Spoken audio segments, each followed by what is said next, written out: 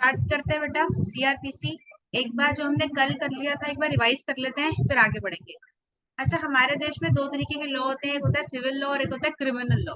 Civil law मतलब जब भी आपके ऊपर सिविल केस होगा तो आपके ऊपर क्या लगेगा, आपके ऊपर लगेगा सीपीसी। क्या लगेगा? सीपीसी लगेगा, सिविल प्रोसीजर कोड, जो हम लोग पढ़ चुके हैं। अगर आपके ऊपर क्रिमिनल केस फाइल होगा तो आपके ऊपर लगेगा सीआरपीसी। ठीक है। सीआरपीसी क्या है? सीआरपीसी एक प्रोसीजरल लॉ है। प्रोसीजरल लॉ का मतलब क्या होता है? इसके अंदर प्रोसीजर लिखा हुआ है कि कभी भी किसी के ऊपर क्रिमिनल लॉ लगता है, क्रिमिनल प्रोसीडिंग स्टार्ट होती है, तो वो कैसे स्टार्ट होंगी, उसके अंदर क्या क्या चीजें होंगी, वो कौन बताएगा? सीआरपीसी बताएगा। सिंपल सीधी बात है। अच्छा, ये सीआरपीसी लगता है किस पे? जब क्राइम होगा, जब जब क्राइम होगा तब तब सीआरपीसी आ जाएगा। भाई अब मेरे को देख लो। ठीक है जी।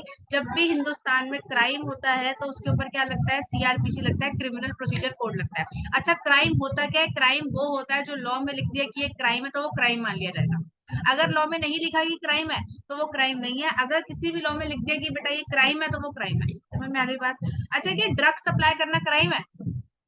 ड्रग्स। हाँ बोलो यार, यस है नहीं मैम। है? Yes ma'am. तो यार एक यस प्रोग्राम मैम। आता है ना, वो क्या नाम है उसका, बैंक डब अब्रॉड, देखते हो टीवी में? उसमें वो एक कंट्री से दूसरे कंट्री में लेकर जाते हैं, एयरपोर्ट पे पकड़े जाते हैं, उनको 10 साल की सजा सुनाई जाती है। ये सुनो। तो वो देखा करो यार, ऐसी चीजें पता नहीं क्या क्या देखते तुम टीवी में, अच्छी चीजें देखा करो जिससे तुम्हारी नॉलेज बढ़ेगी। अच्छा, बात कर लेते हैं हम कंपनी टीवी नहीं की, देख। क्योंकि सीएस बनेंगे ना बेटा हम। ठीक है, तो हमारे ऊपर कंपनीज एक्ट, हम कंपनी के साथ डीलिंग करेंगे, हम क्रिमिनल के साथ थोड़ी डीलिंग करेंगे। जो हम सीआरपीसी क्यों पढ़ रहे हैं? क्योंकि कंपनी के अंदर डायरेक्टर्स होते हैं और कंपनीज एक्ट में भी लिखा है कि कुछ कई चीजों में आपके ऊपर क्रिमिनल प्रोसीडिंग्स भी हो सकती हैं। तो कंपनीज एक्ट बेटा मिक्सचर है सिविल लॉ का और क्रिमिनल लॉ का, इसलिए बोला जाता है companies act is a mixture of both civil and criminal law. ठीक है जी। अच्छा, जब जब कंपनी का कोई भी सेक्शन कॉन्ट्रावीन करे, कॉन्ट्रावीन होगा तो डायरेक्टर के ऊपर अगर सिर्फ और सिर्फ पेनल्टी लगेगी, क्या लगेगी? अगर सिर्फ पेनल्टी लगेगी तो उसको बोलते हैं सिविल नॉन कंप्लायंस, और आरओसी आपके ऊपर पेनल्टी लगाएगा अंडर सेक्शन 454। ठीक है। और जब अगर किसी सेक्शन को कॉन्ट्रावीन करो, उसके अंदर पनिशमेंट दे रखी है, पनिशेबल विद फाइन और एंड इम्प्रिजनमेंट। मतलब फाइन तो लगेगा ही लगेगा, उसके साथ साथ पनिशमेंट भी, इम्प्रिजनमेंट भी हो सकती है। मैंने ये नहीं बोला कि इम्प्रिजनमेंट होगी होगी, यहाँ पे लिखा है यार, और क्या लिखा है? और या फिर एड, मतलब अगर एंड को भूल जाओ थोड़ी देर के लिए, सिर्फ और लिखा है, मतलब या तो फाइन लगेगा या तो जेल होगी, दोनों में से कोई एक चीज होगी, तब भी ये बेटा क्या है? क्रिमिनल लॉ में आएगा। समझ में आ गई? अच्छा, एंड लिखा है तो दोनों चीजें होंगी तो ऑब्वियसली क्रिमिनल तो बन ही जाएगा। ठीक है, बात समझ में आ गई है? आगे देखना। अच्छा, जब भी कंपनी के ऊपर कोई क्रिमिनल प्रोसीडिंग स्टार्ट होती है तो उसके अंदर स्पेशल कोड के अंदर प्रोसीडिंग चलती है अंडर सेक्शन 435। ये लास्ट क्लास में हमने पढ़ लिया था। अच्छा, क्राइम के बारे में बातें कर ली थी, सुसाइड के बारे में बातें कर ली थी, उसके बाद हमने बातें करी थी, ये इंपॉर्टेंट क्वेश्चन था, सिविल प्रोसीडिंग और क्रिमिनल प्रोसीडिंग में डिफरेंस क्या होता है? सिविल प्रोसीडिंग क्या होती है? पर्सनल मैटर होता है, और क्रिमिनल प्रोसीडिंग पर्सनल मैटर नहीं होता, मैटर ऑफ स्टेट होता है। ठीक है, अगर आज मेरे साथ क्राइम हुआ तो कल को तुम्हारे साथ भी क्राइम हो सकता है, इसलिए इसके अंदर कोई भी केस फाइल कर सकता है। ठीक है बेटा। अच्छा, इसके अंदर दो लोग होते हैं, सिविल में प्लेंटिफ और डिफेंडेंट, क्रिमिनल में भी दो लोग होते हैं, कंप्लेनेंट और एक्यूज्ड। ठीक है जी। अच्छा, कंप्लेनेंट वो होता है जो कंप्लेंट करता है, और एक्यूज वो होता है जिसके अगेंस्ट कंप्लेंट करी जाती है। ठीक है ना? आगे देखो, जब सीपीसी, जब आप सिविल सीपीसी के अंदर आओगे तो कोर्ट जो डिसीजन देगा उसको बोलते हैं डिक्री। ठीक है। और क्रिमिनल में जब कोर्ट डिसीजन देता है उसको बोलते हैं सेंटेंस। क्या बोलते हैं? सेंटेंस बोलते हैं। इसके ऊपर एक केस हुआ था, इकबाल सिंह मारवा वर्सेस मीनाक्षी मारवा, उसमें क्या बोला था? सीपीसी में हमेशा सिविल मैटर्स में केस डिसाइड होता है on the basis of evidence. ठीक है, लेकिन क्रिमिनल प्रोसीजर्स में कभी भी एविडेंस की जरूरत नहीं होती। इसको कौन प्रूफ करना पड़ता है? किसको प्रूफ करना पड़ता है? एडवोकेट को प्रूफ करना पड़ता है। ठीक है, इससे बड़ी लंबी बातें करी थी हमने, आपको याद हो तो? याद है? बताइए। बोलो यार, याद है कि नहीं है? आगे देखो यार। अच्छा, एक बात बताओ, एक क्वेश्चन था, whether for a crime intention is required. Crime करने के लिए क्या इंटेंशन देखी जाती है? इंटेंशन मतलब कि गिल्टी माइंड, मेंस रिया प्रेजेंट होना चाहिए, नहीं होना चाहिए? हाँ है यस ना? मैम। मेंस रिया का प्रेजेंट होना बहुत जरूरी है। जब जब कोई क्राइम करता है उसका देखा जाता है कि भाई इसने क्राइम जानबूझ के करा है, गलती से करा है। ठीक है यार, ये कई सिचुएशन में तो अच्छा है कि देखना चाहिए, लेकिन कई सिचुएशन में बेकार है।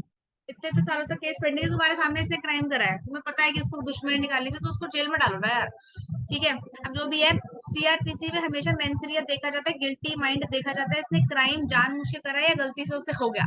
लेकिन कंपनीज एक्ट में बोला जाएगा, क्रिमिनल प्रोसीडिंग्स में भी आपके ऊपर मेंसरियत नहीं देखा जाएगा। मतलब ये ऐसा प्रिज्यूम करके चल रहा है, कंपनीज एक्ट 2013 ऐसा प्रिज्यूम करके चलता है कि इस डायरेक्टर ने गलती करी है तो जानबूझ के ही करी है, ऐसा हम प्रिज्यूम करके चलते हैं।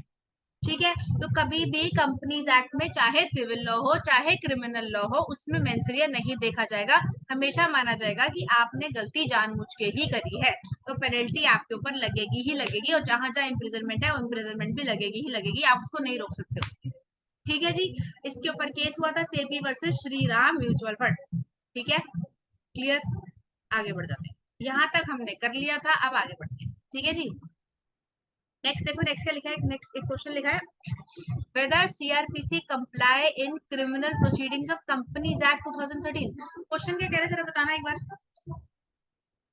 क्वेश्चन क्या कह रहा है।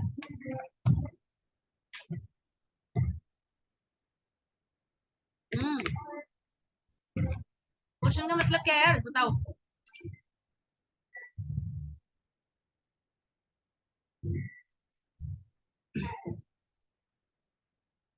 मतलब सीआरपीसी कंप्लाई होता है क्या क्रिमिनल प्रोसीडिंग्स में? किसकी क्रिमिनल प्रोसीडिंग में? कंपनीज एक्ट की। कंपनीज एक्ट में जब जब कोई क्रिमिनल ऑफेंस होगा, क्रिमिनल प्रोसीडिंग स्टार्ट होगी, तो वो कंपनीज एक्ट से रिलेटेड जो भी क्रिमिनल प्रोसीडिंग होगी, क्या उसके अंदर सीआरपीसी लगेगा या नहीं लगेगा? तो आपके हिसाब से लगेगा या नहीं लगेगा? लगेगा। लगेगा। लगेगा मैम।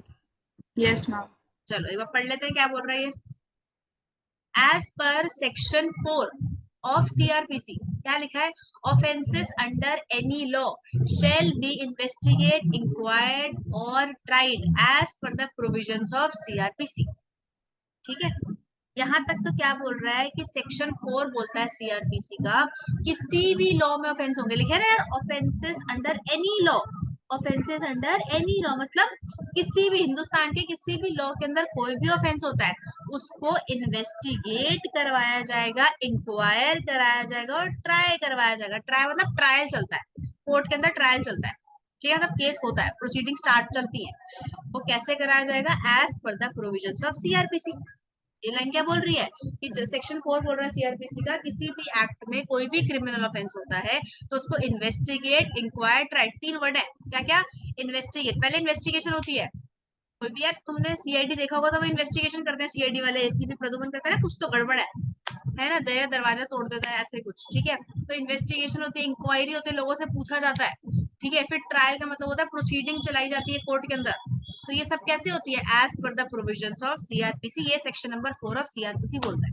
लेकिन आगे भी कुछ लिखा है, आगे क्या लिखा है देखना है, मैं हाईलाइट करती हूँ। आगे लिखा है, आगे लिखा है सब्जेक्ट टू, क्या लिखा है, subject to any provision contained in that specific act. ये लाइन का मतलब क्या हो गया, सीआरपीसी एप्लीकेबल होगा।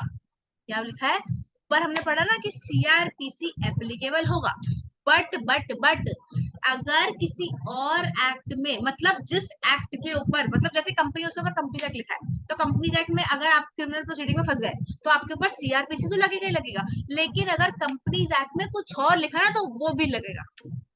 आई बात को समझ में नहीं आई यार? देखो जो सीआरपीसी है ना वो जर्नल लॉ है। क्या बोल रहे हो यार, जो सीआरपीसी है ना बेटा, दैट इज जर्नल लॉ। ये जर्नल लॉ है, जर्नल का मतलब क्या होता है, ये सब पे लगता है। ठीक है, और कंपनीज एक्ट तो सिर्फ कंपनी पे लगता है, मतलब जब जब कंपनी की बारी आएगी ना, जब जब कंपनी ऑफेंस करेगी, उसका डायरेक्टर ऑफेंस करेंगे, तो कायदे से तो उसके ऊपर क्या लगना चाहिए, कंपनीज एक्ट लगना चाहिए। लेकिन यार जब भी क्रिमिनल प्रोसीडिंग होती है तो सीआरपीसी में लगता है, क्योंकि सीआरपीसी लगता है तो सीआरपीसी तो अप्लाई होगा ही होगा आपके ऊपर। लेकिन यार कंपनी के ऊपर कंपनीज एक्ट स्पेसिफिकली अप्लाई होता है, तो कंपनी के ऊपर सीआरपीसी के साथ साथ कंपनीज एक्ट के प्रोविजंस भी लगेंगे। ये बात समझ में आ गई तुम्हारे? बताओ, बोलो। जब भी अगर मैं एक इंडिविजुअल हूँ बेटा, तो मैं अगर कोई क्राइम करती हूँ, मैंने किसी का मर्डर कर दिया, तो मेरे ऊपर क्या लगेगा? सिर्फ सीआरपीसी लगेगा बस। क्या मेरे ऊपर कंपनीज एक्ट लगेगा? नहीं लगेगा, क्योंकि I am not a company, right. लेकिन अगर कंपनी के अंदर कोई भी क्रिमिनल ऑफेंस होता है तो उसके ऊपर सीआरपीसी तो लगेगा ही लगेगा। साथ में अगर कंपनीज एक्ट में कुछ लिखा है ना उसके बारे में, तो वो भी अप्लाई हो जाएगा। ठीक है जी, बोलो। इतना समझ में आ गया Yes, सबको? ma'am. इतना सबको समझ में आ गया? जल्दी बताओ, आगे बढ़े फिर। Yes, Yes, ma'am. श्योर? ठीक है जी, आगे बढ़ते हैं।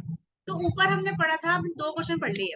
2 क्वेश्चन इंपॉर्टेंट थे। क्या पढ़ा? पहली चीज कि जब भी जनरली क्या होता है यार, अगर कोई मर्डर करेगा, कोई क्राइम करेगा, तो उसका मेंस रिया देखा जाएगा, गिल्टी माइंड है या नहीं है वो देखा जाएगा। ठीक है जी।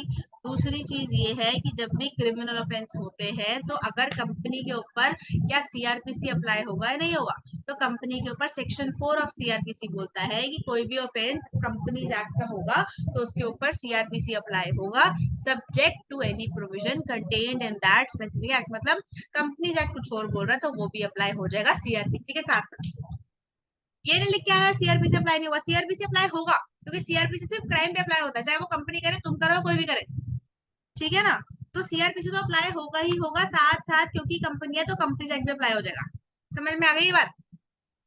भूलनी नहीं है बेटा, कोई भी चीज भूलनी नहीं है। क्लियर हो गई बात? जल्दी बोलो मेरे को, यस और yes, no? ma'am. Yes. Yes ma'am. चलिए आगे बढ़ते हैं फिर।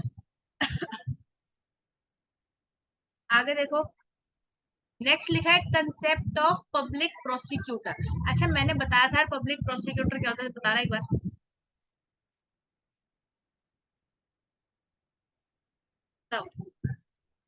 पब्लिक प्रोसिक्यूटर कौन होता है? कंप्लेनेंट की तरफ से जो केस लड़ता है, जब मैम जो कोर्ट देता है। कौन होता है पब्लिक प्रोसिक्यूटर? देख के बताओ जरा पब्लिक प्रोसिक्यूटर को,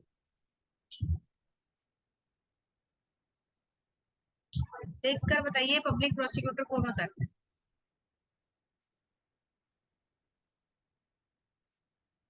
मैम जो कोर्ट के सामने सारे एविडेंसेस और मटेरियल्स रखता है फॉर स्टार्ट करने के लिए केस अरे के इसमें से पढ़ प्रोसीड के नहीं करने के लिए। बताना, इसमें से पढ़ के नहीं बताना। मैंने आपको सीपीसी में बताया था पब्लिक प्रोसिक्यूटर कौन होता है, वो बताना है। वही मैम जो केस स्टार्ट करता है, मैम लाइक जो किसके बिहाफ कोर्ट पर, किसके कंप्लेनेंट को बिहाफ दे, पर लड़ता है पब्लिक प्रोसिक्यूटर? कंप्लेनेंट के बिहाफ पर। कंप्लेनेंट के बिहाफ, सही है। और जो एक्यूज के बिहाफ पर लड़ता है उसको क्या बोलते हैं? प्लीडर। क्या बोलते हैं उसको? प्लीडर बोलते हैं। ठीक है, तो अब देख लो यार पब्लिक प्रोसिक्यूटर कौन होता है, कंसेप्ट क्या है। Criminal cases are prosecuted by state representing society. इस लाइन का मतलब क्या है कि क्रिमिनल केस कौन प्रोसिक्यूट करता है, कौन स्टार्ट कराता है? मतलब स्टेट भी स्टार्ट करा सकता है, कोई भी स्टार्ट करा सकता है, और रिप्रेजेंट होती है सोसाइटी।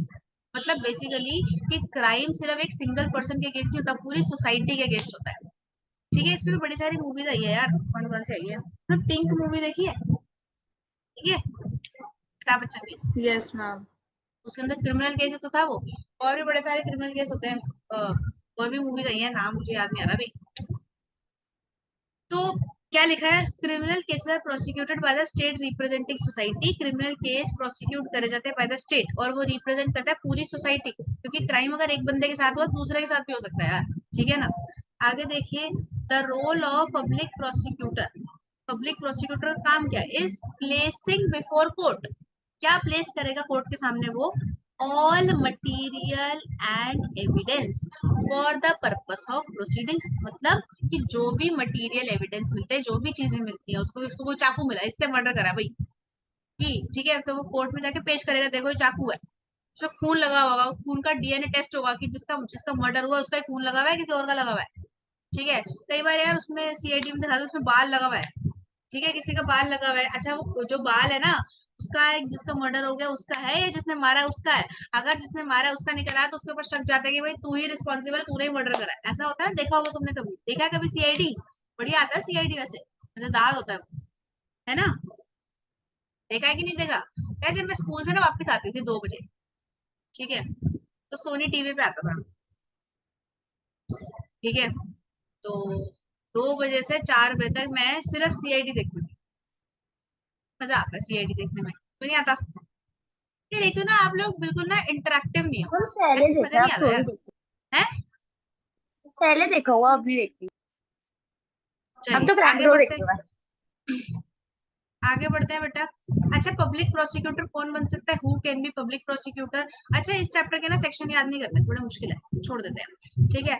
पब्लिक प्रोसिक्यूटर कौन बनता है, दो तरह के पब्लिक प्रोसिक्यूटर होते हैं। अच्छा पब्लिक प्रोसिक्यूटर वो होता है जो कंप्लेनेंट के बिहाफ पर लड़ता है। कंप्लेनेंट मतलब basically the state, it is a society, society होती है पूरी, ठीक है ना। चलो ठीक है, एक होता है नॉर्मल पब्लिक प्रोसिक्यूटर, दूसरा होता है स्पेशल पब्लिक प्रोसिक्यूटर। जो नॉर्मल पब्लिक प्रोसिक्यूटर वो होता है जिसको एडवोकेट बने हुए 7 साल या उससे ज्यादा हो जाए, ठीक है जी। मतलब यार क्रिमिनल केस में वही बंदा पब्लिक प्रोसिक्यूटर बन सकता है जो एडवोकेट है 7 सालों से, जिसको 7 साल का कम से कम एक्सपीरियंस होना चाहिए, वो बनता है नॉर्मल पब्लिक प्रोसिक्यूटर। एक होता है special public prosecutor. Special public prosecutor basically ज्यादा सीरियस ऑफेंस में होता है, ठीक है। छोटे मोटे किसी घर में चोरी कर ली या क्या बोलूं, किसी की चेन चुरा के भाग लिया, किसी को बेहोश करके उसकी सारी ज्वेलरी उतरवा ली, ये सब चीजें छोटे मोटे ऑफेंस है ये। तो उसके अंदर कौन होगा, नॉर्मल पब्लिक प्रोसिक्यूटर आएगा। लेकिन बड़े बड़े ऑफेंस जैसे मर्डर कर दिया, रेप कर दिया, ये सारी चीजें क्या है, बड़े बड़े ऑफेंस है। किसी बच्चे को किडनैप कर दिया, उसके टुकड़े टुकड़े करके बेच दिए, नाली में डाल दिया, ऐसे देखे ना तुमने, ऐसे ऑफेंस होते हैं ना। अच्छा बड़े सारे कांड हुए, मैंने सुना था यार एक बार टीवी में आ रहा था ना, तंदूर कांड, सुना तुमने तंदूर कांड, नो। है सुना है कि नहीं। उसके अंदर क्या करा था किसी ने ना, एक लड़की के टुकड़े टुकड़े करके तंदूर में डाल दिए थे, ठीक है। तो वहां से कई लोग गुजर रहे थे, तो उनको तो बॉडी की स्मेल आती है ना जब कोई मर जाता है तो, है ना। तो फिर पुलिस को पता चला कि किसी बंदे ने उसको काट काट के पीसेस काट काट के बॉडी के तो तंदूर में डाल दिए। तो ये क्या है, ये सीरियस ऑफेंस है, ये लेस सीरियस ऑफेंस है, ये मोर सीरियस ऑफेंस है, राइट। तो ज्यादा सीरियस ऑफेंस है। तो इसके अंदर कौन आएगा केस लड़ने, इसके अंदर स्पेशल पब्लिक प्रोसिक्यूटर आएगा। और स्पेशल पब्लिक प्रोसिक्यूटर कौन होता है, एक ऐसा एडवोकेट जिसको 10 साल या उससे ज्यादा का एक्सपीरियंस है, उसको स्पेशल पब्लिक प्रोसिक्यूटर बोला जाता है, ठीक है। छोटे मोटे काम के लिए नॉर्मल पब्लिक प्रोसिक्यूटर होता है। अच्छा नॉर्मल भी वो होगा जिसको 7 साल का एक्सपीरियंस होगा, ठीक है ना। और स्पेशल पब्लिक प्रोसिक्यूटर ऐसा एडवोकेट जिसको 10 साल का एक्सपीरियंस, सही है, समझ में आ गई बात। यार तुम्हें ना इतने सारे एग्जांपल इसलिए दिए जाते हैं ताकि आपको इसी वक्त याद हो जाए, बाद में ना पढ़ना पड़े, ज्यादा दिमाग ना लगाना पड़े, ठीक है ना। चलो इसके ऊपर मेरा एक केस हुआ था। अच्छा एक केस मैंने पढ़ाया था, 2 केसेस पढ़ा चुकी हूँ। सबसे पहला केस क्या था, अच्छा सेबी सिविल केसेस डिसाइड होते हैं on the basis of evidence, लेकिन क्रिमिनल प्रोसीडिंग्स के अंदर एडवोकेट को प्रूफ करना पड़ता है। इसके ऊपर केस कौन सा था, केस सेबी बताओ। इकबाल सिंह मारवा वर्सेस मीनाक्षी मारवा। यार जो जो ना केस लिख कर आएगा ना पेपर में, उसके 1-2 नंबर तो वैसे ही पड़ जाएंगे एक क्वेश्चन में, क्योंकि सबको नहीं होते केस याद। अपनी क्लास में देख लो, सबको केस याद हो जाते नहीं होते, किसी किसी को ही केस याद होते हैं। तो जिस जिसको केस याद हो रहे हैं ना बेटा, आपको याद होने चाहिए, है ना। तो अगर आप केसेस लिख कर आओगे पेपर में, थोड़ा इंप्रेशन पड़ेगा यार उसके ऊपर, जो चेक करेगा तुम्हारा पेपर, उसको मजा आएगा तुम्हारा पेपर पढ़ने में, किसको तो सब कुछ आता है, मार्क्स भी उसके हिसाब से देता है। कंसेप्ट तो सबको ही पता होते हैं, बुक पूरी रट के चले जाओ, सारे कंसेप्ट तुम्हें याद हो जाएंगे, है ना। केसेस सबको याद नहीं हो पाते, समझ में आ रही है। चलिए अब देखो, पहला केस था इकबाल सिंह मारवा वर्सेस मीनाक्षी मारवा, दूसरा केस था SEBI versus Shriram mutual fund. इसमें क्या बोलता है कि क्या बोलता है, कंपनीज एक्ट में मेंसरिया नहीं देखा जाता, ठीक है। SEBI versus Shriram mutual fund, याद कर लो, बोलो जरा, SEBI versus Shriram mutual fund. इसमें क्या लिखा है कि वैसे तो क्रिमिनल ऑफेंस में मेंसरिया देखा जाता है, बट कंपनीज एक्ट में चाहे क्रिमिनल ऑफेंस करो, सेल ऑफेंस करो, जो मर्जी करो, आपका गिल्टी माइंड मेंसरिया नहीं देखा जाएगा। मान लिया जाएगा तुमने जानबूझ के करा है, तुम वही ऐसे ऑफेंस करते रहते हो बैठे बैठे, ठीक है ना। चलिए आगे बढ़ते हैं। वैसे तो यार एक बात बताती हूँ प्रैक्टिकली, तुम ना जितने मर्जी गलत फाइलिंग कर लो, तुम करो ही मत। आपको याद है कि जब हम जनरल मीटिंग कर रहे थे तो मैंने आपको बताया था कि जनरल मीटिंग के 30 दिन के अंदर AOC 4 फाइल करना पड़ता है और 60 दिन के अंदर MGT 7 फाइल करना पड़ता है ना, एनुअल रिटर्न और फाइनेंशियल स्टेटमेंट। लेकिन तुम नहीं करोगे ना तब भी कोई फर्क नहीं पड़ेगा, कुछ नहीं बोलेगा ROC, पेनल्टी लिखी हुई है कंपनीज एक्ट में, लेकिन कुछ नहीं बोलेगा। लेकिन जिस दिन ROC जाग गया, गवर्नमेंट है ना वो, गवर्नमेंट है, तो गवर्नमेंट तो ढीला काम करती है, लेकिन जब करती है ना तो मजा आ जाता है लोगों को, सामने वाला कुछ कर नहीं पाता फिर, अच्छा यार, लोग क्या करते हैं, इनकम टैक्स चुराते हैं। पढ़ा होगा ना आपने इनकम टैक्स में, टैक्स चुराते हैं, उसको बोलते हैं इवेजन ऑफ टैक्स। एक होता है अवॉइडेंस ऑफ टैक्स और एक होता है इवेजन ऑफ टैक्स। फर्क पता है किसी को, अवॉइडेंस और इवेजन में फर्क? एक को चुराते हैं और एक में देते ही नहीं है। अवॉइडेंस ऑफ टैक्स का मतलब क्या होता है, इनकम टैक्स में बड़ी सारी डिडक्शन में मिल जाती है, तो आपने अपना थोड़ा दिमाग का इस्तेमाल करके आपने अपने टैक्स को कम करा, उसको बोलते हैं अवॉइडेंस। आपने कोई गलत काम नहीं करा, ये तो अलाउड है कि आपने लिखा है इनकम टैक्स में ये चीजें लिखी है, मैंने यही करी, मेरा टैक्स कम हो गया, दैट इज कॉल्ड अवॉइडेंस। उसमें कुछ नहीं होगा तुम्हें। एक होता है इवेजन ऑफ टैक्स। इवेजन का मतलब होता है जानबूझ के तुमने टैक्स को चुराया, उसको बोलते हैं इवेजन ऑफ टैक्स। अच्छा, तुमने टैक्स कम करा, इवेजन ऑफ टैक्स करा, इनकम टैक्स रिटर्न भर दी, ठीक है ना, तुमने गड़बड़ करी है। याद रखना बेटा, आपने क्या करी है, गड़बड़ करी है टैक्स में, ठीक है, कुछ ना कुछ तो मैनिपुलेशन तुमने करी है जिससे तुम्हारा टैक्स कम बना है, जानबूझ के, ठीक है ना, ठीक है। अभी इनकम टैक्स अथॉरिटी तुम्हें कुछ नहीं बोलेगी, लेकिन जिस दिन वो जाग गई ना, जिस दिन तुम्हारा केस स्क्रूटनी में फंस गया, उस दिन तुम्हें कोई नहीं बचा सकता, ठीक है। तो ऐसा ही होता है सारे डिपार्टमेंट में, जितने भी गवर्नमेंट डिपार्टमेंट है उसमें ऐसा ही होता है, चाहे वो आरओसी हो, चाहे वो इनकम टैक्स हो, चाहे वो लेबर लॉ हो, चाहे वो जो मर्जी, ठीक है। जब तक कोई तुम्हें नहीं पकड़ रहा तब तक खुश रहो, जब जिस दिन पकड़ में आ गए उस दिन हो जाएगा कांड वहीं पे, ठीक है। फिर उनको थोड़े बहुत पैसे खिलाने पड़ते हैं अंडर द टेबल, ठीक है, फिर छूट जाते हो। लेकिन ज्यादा बड़ा कांड करोगे तो फिर नहीं मानते, ठीक है जी। चलिए अब आगे बढ़ते हैं। आगे देखो यार, एक और केस है, Balwant Singh versus state of Bihar. ये क्या बोल रहा है, public prosecutor has to guide himself with CrPC 1970। ये केस पेपर में नहीं आएगा तो आपने याद नहीं करना, ठीक है। जो ऊपर वाले 2 केस कराए ना वो याद करने हैं, वो आएंगे। इसमें क्या लिखा है, कुछ नहीं लिखा कि पब्लिक प्रोसिक्यूटर को सीआरपीसी आना चाहिए।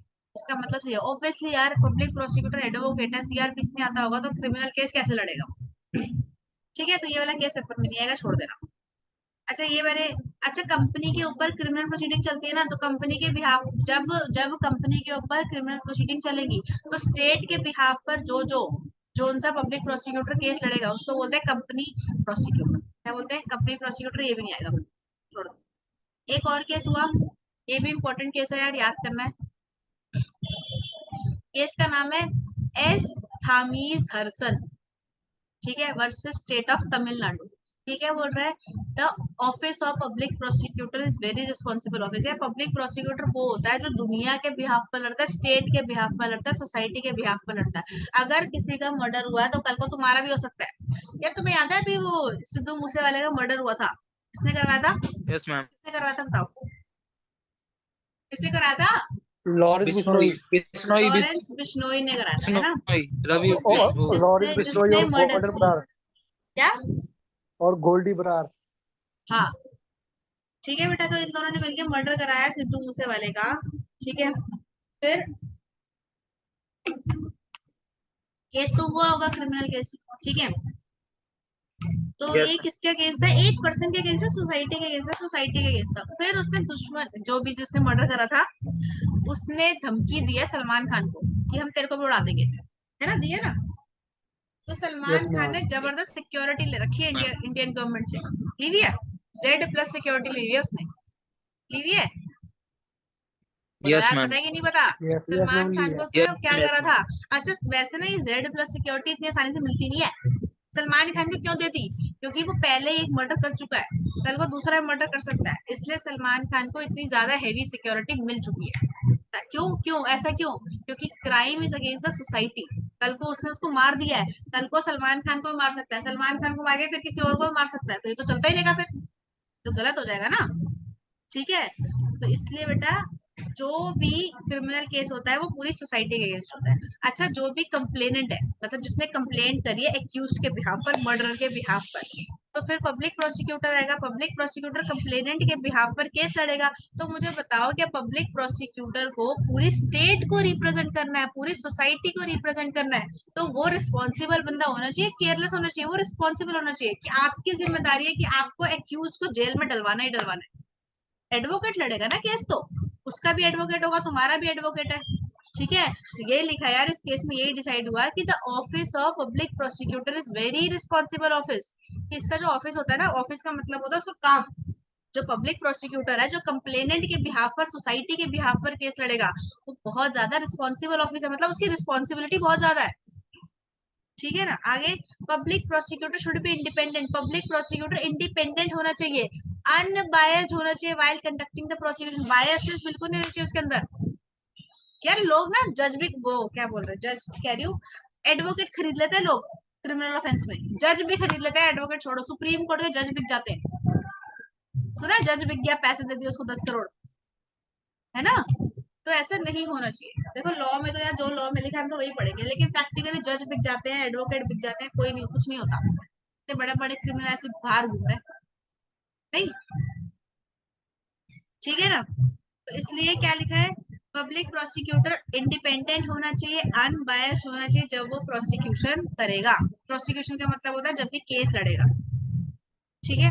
आगे, public prosecutor should not be mouth piece of police, mouth piece of police का मतलब पब्लिक प्रोसिक्यूटर कभी भी पुलिस के उन कहने से नहीं चलेगा। किसके कहने से चलेगा फिर, अपने आप देखेगा कि क्या सही है और क्या गलत है, ठीक है। पुलिस जो बोलेगी कभी भी, अच्छा एक चीज, एक बात बता दो आपको, एक बात बता दी,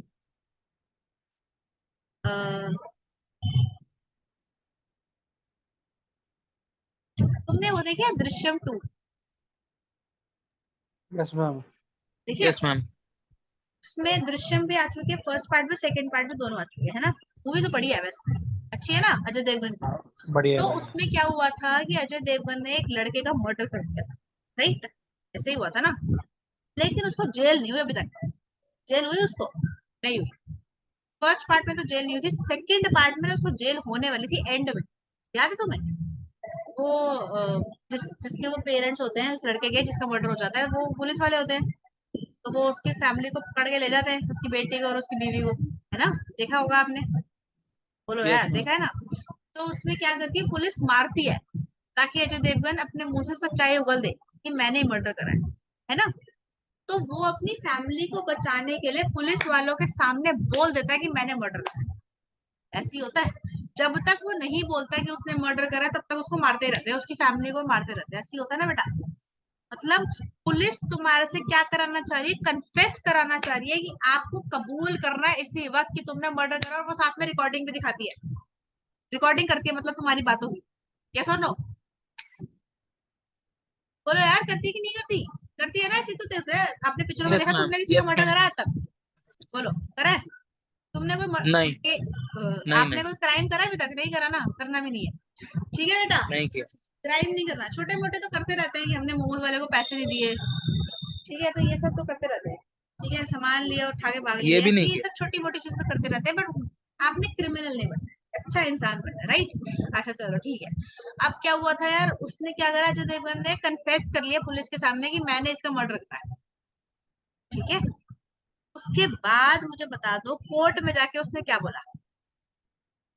कोर्ट में जाके उसने, जब पुलिस ने बोला कि देखो हमारे पास रिकॉर्डिंग है, इसने हमारे सामने कन्फेस करा है, क्या कन्फेस करा है उसने, कि मैंने ही मर्डर करा उस बंदे का, ठीक है।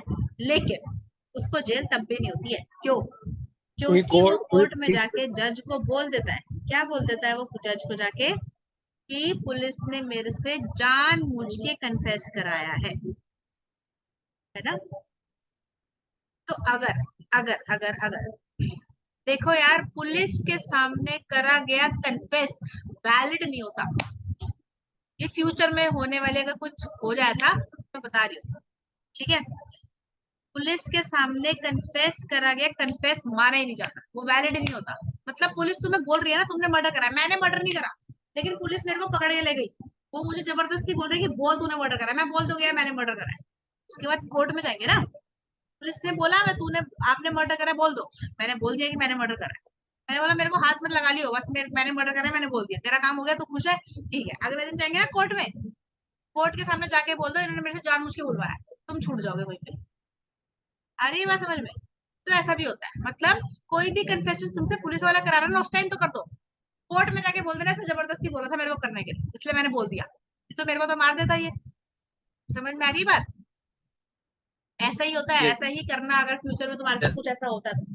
चाहे सिविल केस ही हो, तुम्हारी स्कूटी पकड़ी जाती है, अगर पिटने अगर आपकी कभी से स्कूटी पहले कर पकड़ी गई दिया तो, है, बोलो बोलो। मैम, अगर पिटने से पहले पिटने से पहले कन्फेस कर दिया, मतलब पिटने से जब पहले पूछा बोल दो तभी ना, जो कन्फेस पुलिस कर दिया वाला बोल उन्होंने। रहा है तुम हाँ में हाँ मिला दो, ठीक है। जो पुलिस वाला तुमसे बुलवाना चाह रहा है तुम बोल दो। अगले दिन मजिस्ट्रेट के पास जाओगे, 24 घंटे के अंदर मजिस्ट्रेट के पास अभी आएगा इसके अंदर, ठीक है। 24 घंटे के अंदर मजिस्ट्रेट के पास पेशी होती है, पुलिस वाला आपको मजिस्ट्रेट के पास लेके जाएगा। नहीं लेके जाएगा तो पुलिस वाले का केस तुम केस फाइल करोगे उसकी हायर अथॉरिटी में।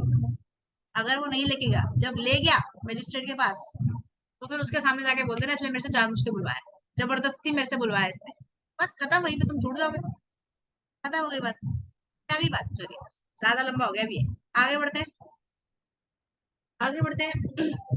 क्या लिखा था, office of public prosecutor very responsible office, independent होना चाहिए, अनबायस्ड होना चाहिए, माउथ पीस ऑफ पुलिस हो नहीं होना चाहिए, मतलब पुलिस जो कहेगी वो नहीं करेगा एडवोकेट, अपना दिमाग चलाओगे, ठीक है। तुम्हें दिमाग दिया ना ऊपर वाले ने, किस लिए दिया है, यूज करने के लिए दिया। आगे, public prosecutor shall not be allowed to control by the police department, मतलब पब्लिक प्रोसिक्यूटर पुलिस डिपार्टमेंट के अंदर अंडर नहीं होता, उसके कंट्रोल में नहीं होता, ठीक है। यार पुलिस वाले भी बिक जाते हैं, है ना। किसी मैंने मर्डर कर दिया, मैंने पुलिस वाले को 1 करोड़ रुपए दे दिए, वो कह रहा है इस एडवोकेट को बोलो कि मेरे खिलाफ कुछ ना बोले, तो क्या एडवोकेट पुलिस वाले की बातों में आएगा, नहीं आना चाहिए। Public prosecutor should be unbiased and independent and should now not be the mouthpiece of police, police department के कंट्रोल में वो नहीं होना चाहिए, वो अपना दिमाग चलाएगा क्या सही है क्या गलत, ठीक है। समझ में आ गया तुम्हारे, केस याद हो जाएगा। केस है एस थामीज हर्सन वर्सेस स्टेट ऑफ तमिलनाडु, ठीक है। आगे देखते हैं, आगे देखो बेटा, कंसेप्ट ऑफ ट्रायल। ट्रायल का मतलब क्या होता है, अच्छा ट्रायल हमेशा ना क्रिमिनल प्रोसीडिंग में होता है, सिविल प्रोसीडिंग में नहीं होता। ट्रायल हमेशा किस में होता यस है, मैम, सिर्फ क्रिमिनल में होता है, क्रिमिनल सिविल में प्रोसीडिंग। नहीं होता। हाँ बताओ, इसमें इसको पढ़ के बताओ क्या लिखा है ट्रायल। मैम वो ट्रायल मतलब जो कोर्ट से पहले जो वो इनोसेंट है या गिल्टी है बंदा, वो पता लगाते हैं ट्रायल का मतलब होता है ट्रायल सच में। का पता लगाना, ठीक है। ट्रायल का मतलब क्या होता है, सच का पता लगाना, है ना। अच्छा, हिंदी में तो हो गया सच का पता लगाना, अभी इंग्लिश में क्या लिखा है ये भी पढ़ लेते हैं। Is to find out the truth, ये तो लिखा है सच का पता लगाना, truth and determine innocence and guilt of accused. इसके बाद जब सच का पता लगाते हैं ना, तो यार जो एक्यूज्ड होता है, एक्यूज्ड का मतलब क्या है, जो मर्डरर है हमारे केस में, जिसने मर्डर करा है, मर्डरर, है ना।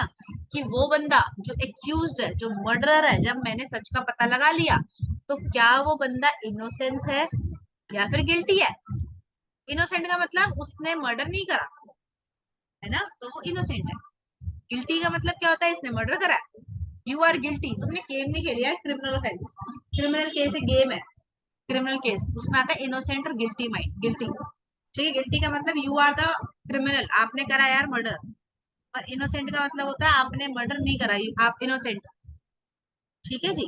अच्छा, जो ट्रायल होता है ना वो 4 तरीके के होते हैं। हम ट्रायल का मतलब क्या, सच का पता लगाना, तो सच का पता लगाने के लिए 4 तरीके हैं। सच का पता कैसे लगेगा, कोर्ट में केस चलेगा, बोलो, जो जज होगा क्या वो सारे सबूतों को मद्देनजर रखेगा, ऐसे ही बोला जाता है सारे सबूतों को मद्देनजर रखते हुए आपको हम सजा सुना रहे हैं, आप बाइज्जत बरी कर रहे हैं, ऐसे कुछ बोलते हैं ना, ऐसे ही बोलते हैं ना यार, बोलो, है ना। तो ये सच का पता लगाने के लिए क्या करना पड़ेगा, हमें केस करना पड़ेगा, केस लड़ना पड़ेगा, हियरिंग्स होंगी पूरी। तो बेटा सच का पता लगाने के लिए, ट्रायल करने के लिए 4 तरीके होते हैं। तो 4 टाइप्स ऑफ ट्रायल मुझे पढ़ना है। 4 टाइप्स ऑफ ट्रायल होते हैं, कौन कौन से होते हैं। ट्रायल ऑफ वारंट केस, अभी सब बताऊंगी, पहले सुन लो क्या क्या होते हैं। Trial of warrant case by the session court, ठीक है। दूसरा है trial of warrant case by the magistrate. तीसरा है ट्रायल ऑफ समन केस, और चौथा है समरी ट्रायल। अच्छा, समरी का मतलब क्या होता है, शॉर्टकट। जब स्कूल में यार हमें ना नॉवल मिलती थी, इंग्लिश में मिलती थी नॉवेल्स, पेपर से पहले कौन नॉवल पढ़ के जाता था, ये बताओ। तो गायब हो गए हैं 2 लोग, अनंत कहाँ गया, आनंद गायब हो गया। अनंत बीच बीच में वैसे ही गायब हो जाता है। मामा के मामा के जा रखा है मैडम वो, इसलिए शायद। अच्छा चलो देखो, अच्छा व्हाट इज समरी, समरी का मतलब क्या होता है। स्कूल में मैं बता रही थी कि हमें ना इंग्लिश जो सब्जेक्ट था मेरा, उसके साथ एक नॉवल मिलती थी तुम्हें novel? Gulliver travels, yes ma'am, मिली थी। स्कूल में 10th में 11th में 12th में ना नॉवल मिलती थी इंग्लिश की। यस तो मैम, उसको हम मिली पढ़ते थी। नहीं थे, पेपर में ना एक क्वेश्चन आता था उससे, पर उसको पढ़ते नहीं थे हम। क्या करते, समरी पढ़ के चले जाते। समरी का मतलब क्या होता है?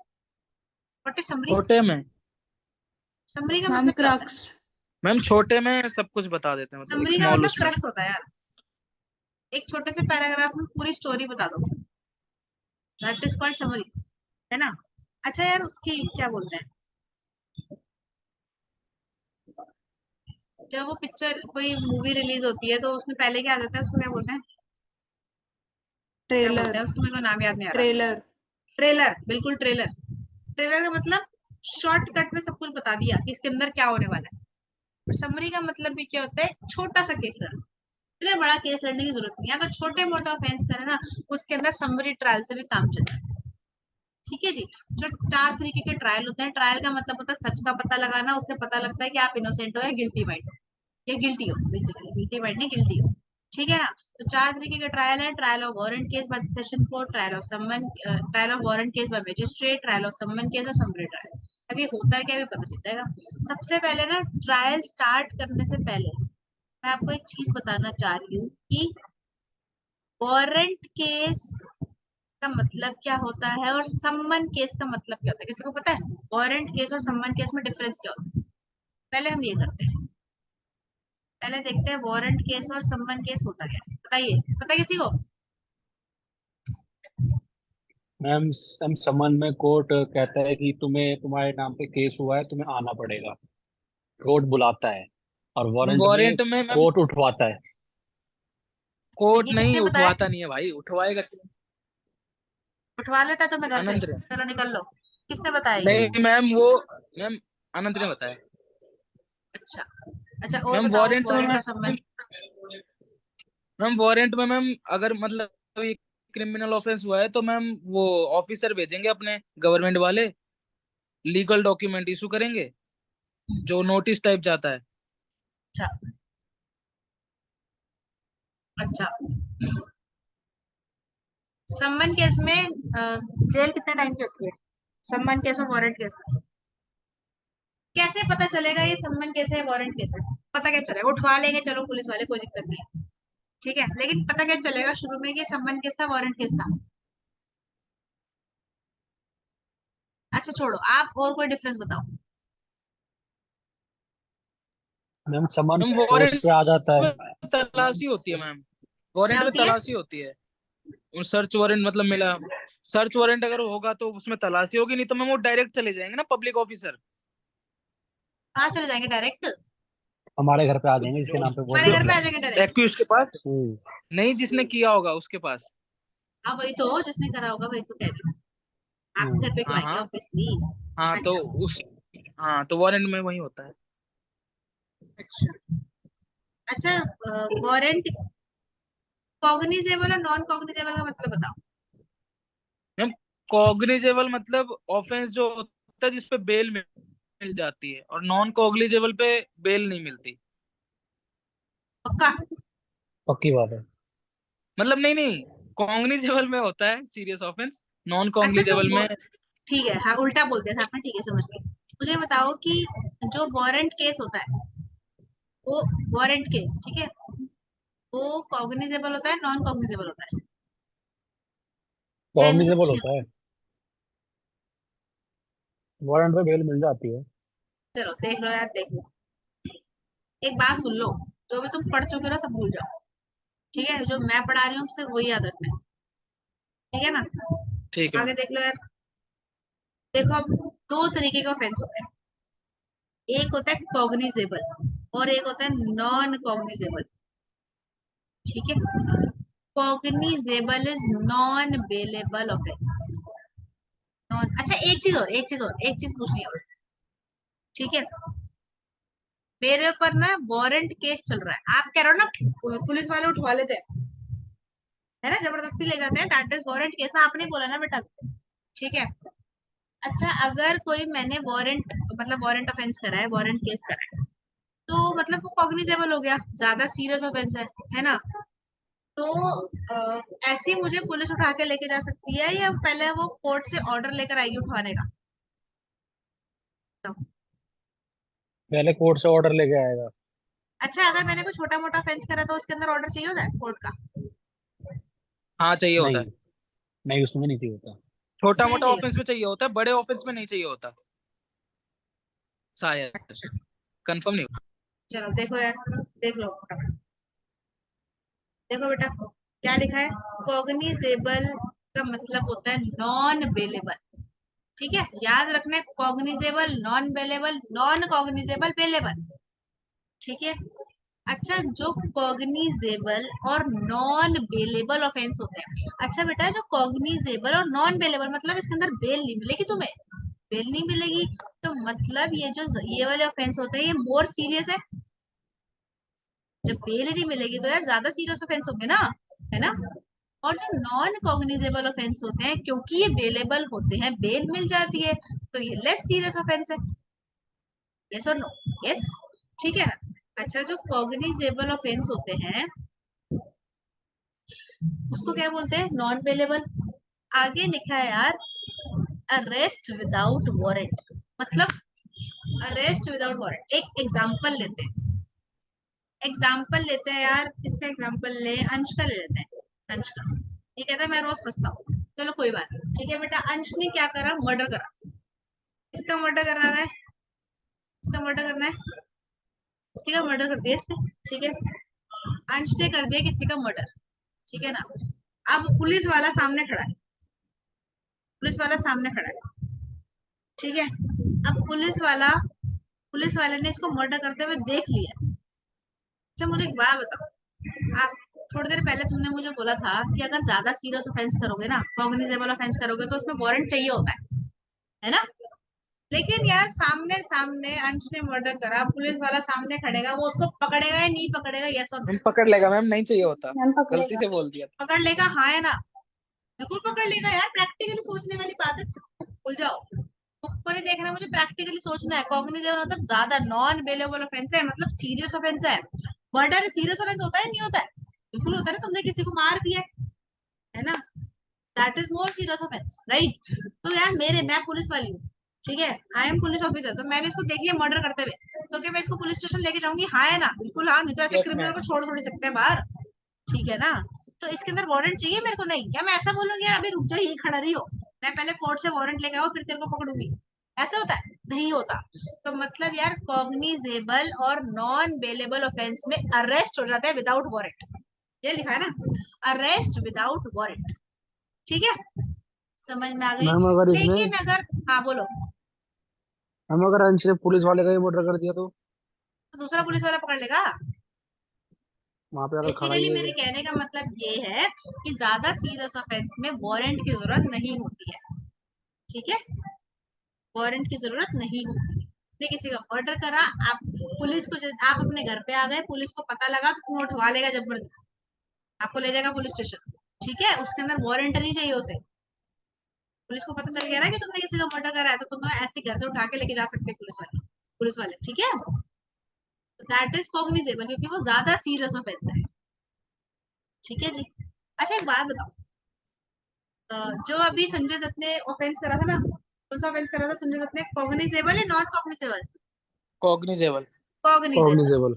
कॉग्निजेबल ऑफेंस करा था। अच्छा, एक बात बताओ, कॉग्निजेबल ऑफेंस होता है यार नॉन बेलेबल, ये यहाँ लिखा है, नॉन बेलेबल ऑफेंस होता है। अच्छा, कॉग्निजेबल ऑफेंस तो संजय दत्त ने भी करा था, लेकिन यार वो तो बेल पे बाहर आता रहता था बार बार, ऐसा कैसे? कॉग्निजेबल का मतलब अभी मैंने बताया यार, नॉन बेलेबल होता है, फिर संजय दत्त कैसे बाहर आ जाता था? तो उसको तो बेल मिल जाती थी, कैसे? हाउ? मतलब ये हुआ ना यार कि मैम उसके कॉग्निजेबल ऑफेंस मतलब नॉन बेलेबल, लेकिन फिर भी उसको बेल मिल जाती थी, कैसे मिलती थी ये बता दो मेरे को। उसके ऊपर दो केस थे ना, एक केस तो हट गया था फिर उसका। ये कुछ नहीं होता, ऐसे थोड़ी होता है, दो केस थे मतलब। टाड़ा में फंसा था टाड़ा पे लगा था उसका केस, तो वो तो कॉग्निजेबल वो था भी तो और हम सीरियस गए थे ऑफेंस था, नॉन कॉग्निजेबल। वो भी तो सीरियस ऑफेंस था। हाँ। सलमान खान ने हिरन को नहीं मारा था वो पिक्चर करते हुए, हम आपके कौन सी पिक्चर है, हम साथ साथ हैं, है ना।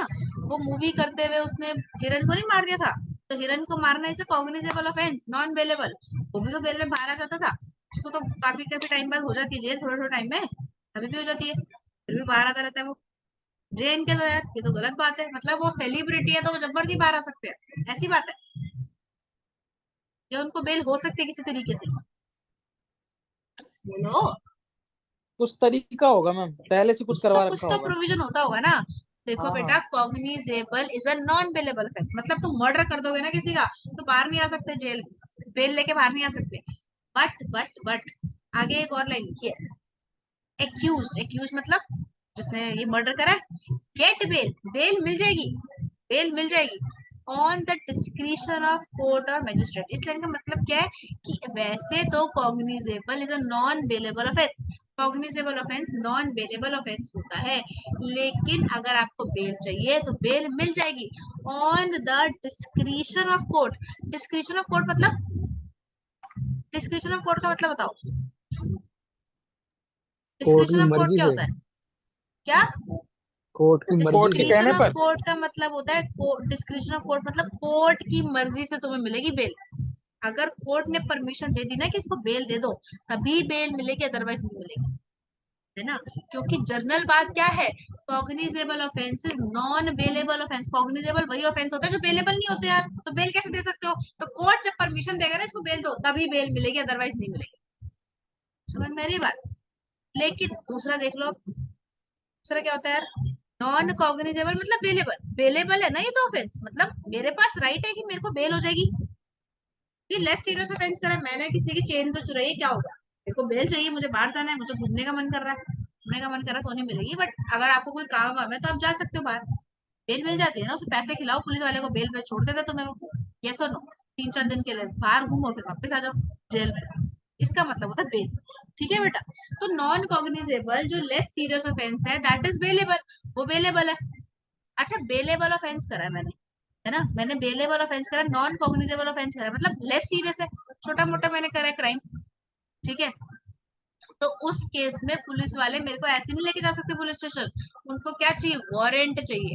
मतलब नॉन कॉग्निजेबल बेलेबल ऑफेंस में अरेस्ट होता है बंदा, बिल्कुल होता है, लेकिन विद वारंट। क्या लिखा है? With warrant. मतलब पहले पुलिस वाला क्या करेगा, कोर्ट में जाएगा, वारंट लेकर आएगा मेरे नाम का, तभी वो मेरे को अरेस्ट कर सकता है, अदरवाइज नहीं कर सकता।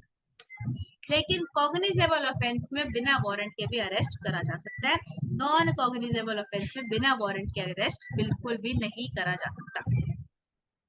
ठीक, क्लियर हो गई बात? आगे देखना है क्या लिखा है, accused get bail as a matter of right. Accused को बेल हो जाती है as a matter of right, मतलब मेरे पास राइट है यार, आपने लॉ ने खुद बोला है non cognizable is a bailable offence. Non cognizable offence क्या होता है? बेलेबल ऑफेंस होता है। तो जब बेलेबल ऑफेंस है तो मेरे पास राइट है ना कि मुझे बेल चाहिए, तो मेरे को बेल चाहिए, मतलब एक्यूज्ड को बेल हो जाती है as a matter of right, मतलब मेरा अधिकार है, मेरा राइट है कि मुझे बेल हो जाएगी। लेकिन कॉग्निजेबल नॉन बेलेबल ऑफेंस में मेरा कोई राइट नहीं है, इसलिए मुझे बेल हो सकती है अगर मुझे कोर्ट ने बोल दिया, मैजिस्ट्रेट ने बोल दिया, तभी आपको बेल होगी, अदरवाइज नहीं होगी। लेकिन नॉन कॉग्निजेबल बेलेबल ऑफेंस में बेल होनी पक्की है, क्योंकि तुम्हारा राइट है। समझ में आ गया यार, कॉग्निजेबल और नॉन कॉग्निजेबल क्या होता है? आ गया? Yes ma'am. Yes ma'am. मतलब आपको ना जितना मर्जी अच्छे तरीके से समझा लो, बोलना किसी ने नहीं है तब भी, है ना। यस। अब अंश गायब हो गया क्लास से। चलो आगे देखो यार, लेकिन ना हमारे पेपर में ना कॉग्निजेबल और नॉन कॉग्निजेबल वर्ड दिखा, पर हमने पढ़ा था वारंट केस और सम्मन केस। मुझे ट्रायल पढ़ना है, ट्रायल के लिए मुझे पढ़ना पड़ेगा कि वारंट केस क्या होता है, सम्मन केस क्या होता है। अच्छा यार देखो, बहुत आसान है, बहुत आसान है। अच्छा, वारंट केस वो होता है, वारंट केस वो होता है जिसमें सजा मिलती है डेथ की। डेथ मतलब सजाए मौत, you will be hanged by neck till you are dead.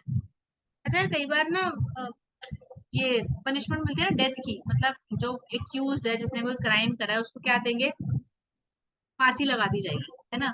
तो जज होता है वो अपने पेन से लिखता है, अपने पेन से लिखता है कि इसको ये पनिशमेंट मिल रही है डेथ की, तो क्या लिखते हैं, you will be hanged by neck till he is dead, मतलब उसको फांसी लटका दी जाएगी, उसके गले में फंदा बांध दिया जाएगा जब तक वो मर नहीं जाता। उसके बाद वो अपने पेन की ना निब तोड़ देता है, जिस पेन से उसने उसका मर्डर लिखा होता है, वो ये पेन की निब पे तोड़ देता है यार वो, उनकी दोबारा वो किसी और के लिए चीज ना क्योंकि लिखे। उस पेन से किसी की मौत लिखी गई है और वो पेन कहीं और यूज ना हो जाए, इसलिए पेन की निब तोड़ दी जाती है ना। ठीक है बेटा, तो वो ज्यादा सीरियस ऑफेंस करा हुआ उसने तभी तो ऐसा होता है। अच्छा एक और भी होता है देश निकाला, काला पानी की सजा, इसका मतलब क्या होता है, वो हमारे सिलेबस में नहीं है ऐसी जनरली, बताओ। सुना है मैडम, पता नहीं, आप बता दो। देश निकाला मतलब उसको देश से निकाल देता, निकाल भाई तू इंडिया में रहने के लायक ही नहीं, बाहर जा। इसको बोलते हैं काला पानी की सजा, मतलब देश निकाला हो जाता है। उसको सुप्रीम कोर्ट ऑर्डर देता है, सुप्रीम कोर्ट ही दे सकता है ऐसी सजा। मर्डर मतलब मर्डर कह रही हूँ। ये जो होता है ना डेथ की इम्प्रिजनमेंट, डेथ डेथ की जो होती है पनिशमेंट, मतलब फांसी लगा दी जाएगी, ये डेथ की जो सजा मिलती है वो सिर्फ सुप्रीम कोर्ट दे सकता है और कोई नहीं दे सकता। छोटे मोटे कोर्ट नहीं बोल सकते भाई इसको फांसी लगा दे, ऐसा नहीं कर सकते, सिर्फ सुप्रीम कोर्ट के पास राइट है। अभी पढ़ेंगे इनकी जो पावर क्या क्या होती है।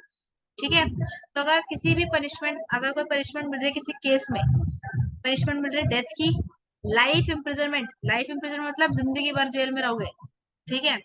और थर्ड इज 2 साल से ज्यादा की सजा मिल रही है, 2 साल नहीं बोला मैंने, 2 साल से ज्यादा की सजा मिल रही है उसको बोलते हैं वारंट केस। क्या बोल रहे हैं, वारंट केस। तो वारंट केस एक ऐसा केस होता है जिसमें सजा दी जाती है डेथ की, लाइफ इम्प्रिजनमेंट की, या फिर 2 साल से ज्यादा की। ठीक है जी। अच्छा फिर सम्मन केस क्या होता है, सम्मन केस वो होता है जिसमें 2 साल या उससे कम की सजा मिले। समझ में आ गई। अच्छा एक चीज बता दो कि वारंट केस है जिसमें यार डेथ की, लाइफ इम्प्रिजनमेंट की, मोर देन 2 इयर्स की आपको सजा मिल रही है, तो ये ज्यादा सीरियस होगा या लेस सीरियस होगा, वारंट केस लेस सीरियस होगा या मोर सीरियस होगा, बताओ यार। लेस सीरियस होएगा। ये लेस सीरियस होगा, तुम्हें यार वैसे सजा मैम मिल रही दो है साल मरने तो की, बहुत कम है। आनंद कह रहा है लेस सीरियस एक होगा, 2 साल कम मरने है। की तो मैम नहीं। ये ये ज्यादा सीरियस मरने होगा की या नहीं, लेस दो सीरियस होगा, साल से जल्दी कम बताओ। की सजा मिल रही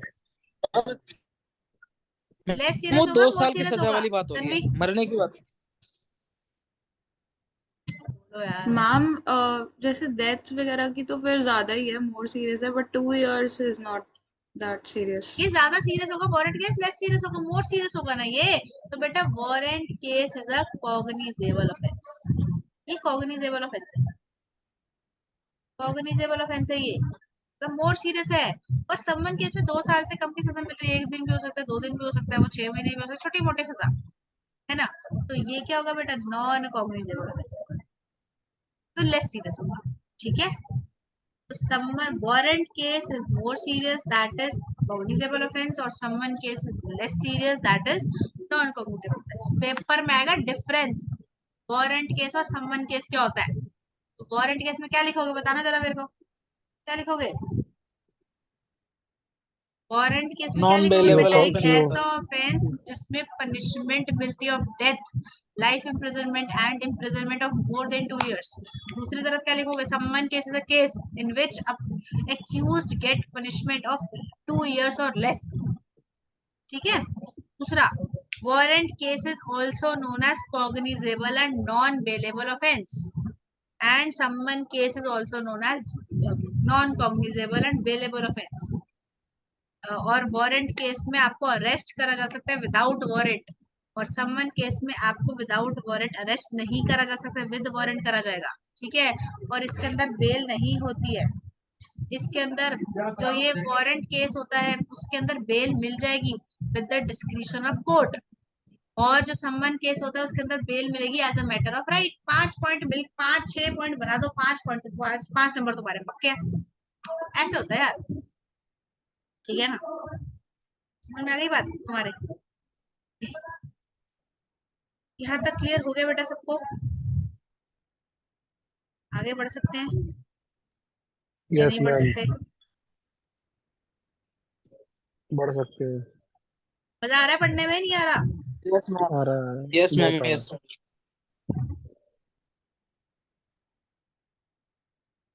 अनंत की वीडियो ऑन है यार, वीडियो कॉल करी हुई है।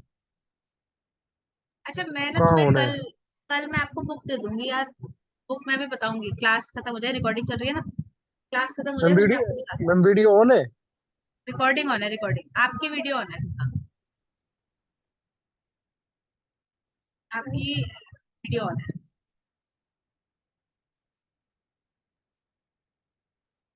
चलो मुझे बता दो यार, ट्रायल का मतलब क्या होता है? ट्रायल का मतलब होता है सच का पता लगाना है कि जो एक्यूज्ड है वो इनोसेंट है या गिल्टी है। ठीक है, तो ये ट्रायल करने के चार तरीके होते हैं। चार तरीके कौन कौन से होते हैं?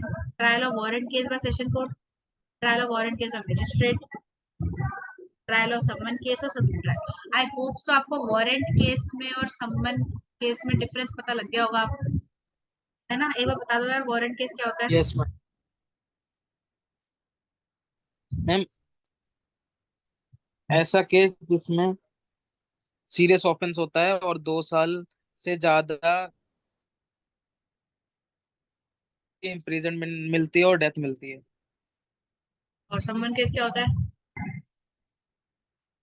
सम्मन में लेस देन 2 इयर्स की सजा होती है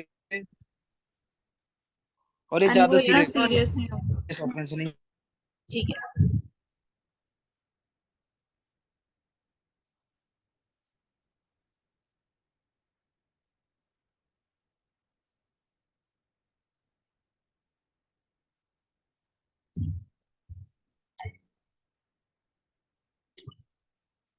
सबसे पहले पढ़ना है मुझे ट्रायल ऑफ वारंट केस। जो वारंट मतलब ज्यादा सीरियस है ना, तो बिना बिना वारंट के भी अरेस्ट करा जा सकता है। अच्छा, दो पढ़ने, trial of warrant case by the session court, trial of warrant case by the magistrate. अभी बताऊंगी फर्क क्या होता है। ठीक है, एक चीज देखो बेटा, मैं आपको बता देती हूँ सीन क्या होता है, क्रिमिनल केस होता कैसे है बता दो। अच्छा, सबसे पहले क्या होगा? सबसे पहले क्या होगा क्रिमिनल केस में? सबसे पहला काम क्या होता है? सबसे पहला काम क्या होता है?